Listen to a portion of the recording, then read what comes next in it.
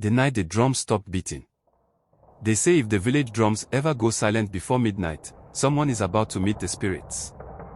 That night, the drums stopped. And I was the only one awake to hear what came next. My name is Chinedu. I grew up in Umueze, a small village surrounded by thick forest and wide farmlands. Every full moon, our drummers would beat their talking drums until the first light of dawn. The rhythm kept the village alive, and the elders said it also kept evil spirits away. But one moonlit night, everything changed. The air was too still. Even the crickets that usually sang behind the huts were quiet.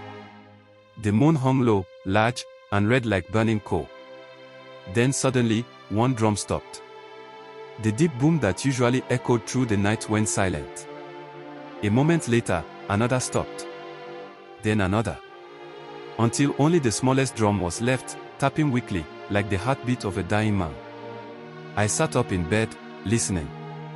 Something felt wrong. My mother's breathing beside me was calm, but I couldn't stay still. I got up quietly, stepped outside, and looked toward the village square. There was no one there. The fires had gone out. The only thing I saw were footprints in the dust, many of them leading into the dark forest path. My heart began to beat faster. Every story I had ever heard about the forest came rushing back. They said spirits lived between the tall Iroko trees, and that some nights, the dead danced where no living man should walk. But curiosity is stronger than fear.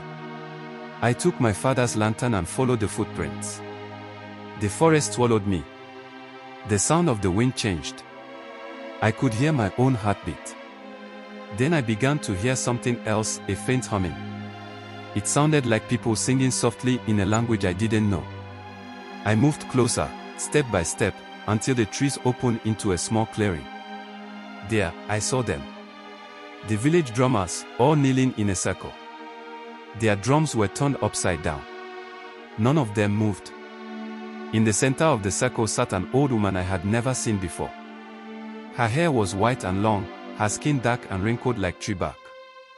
She looked at me, and though the night was silent, I heard her voice inside my head. "Why do you walk when the drums sleep?" she asked.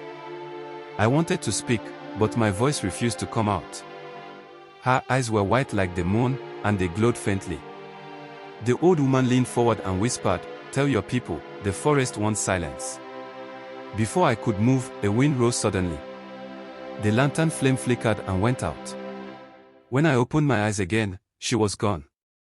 The drummers were lying on the ground, fast asleep, their hands still on their drums. I ran back to the village as fast as my legs could carry me. I didn't stop until I was home.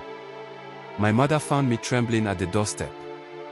I tried to speak, but all I could say was, "The forest spoke." By morning, the whole village gathered.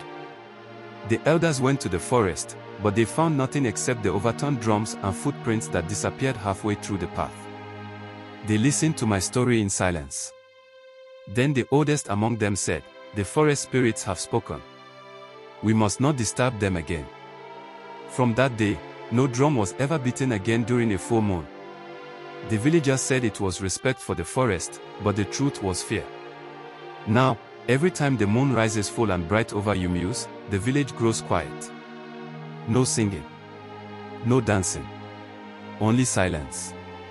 Because sometimes, silence is not peace, it's a warning. And if you ever hear the drum stop suddenly in the middle of the night, don't ask why.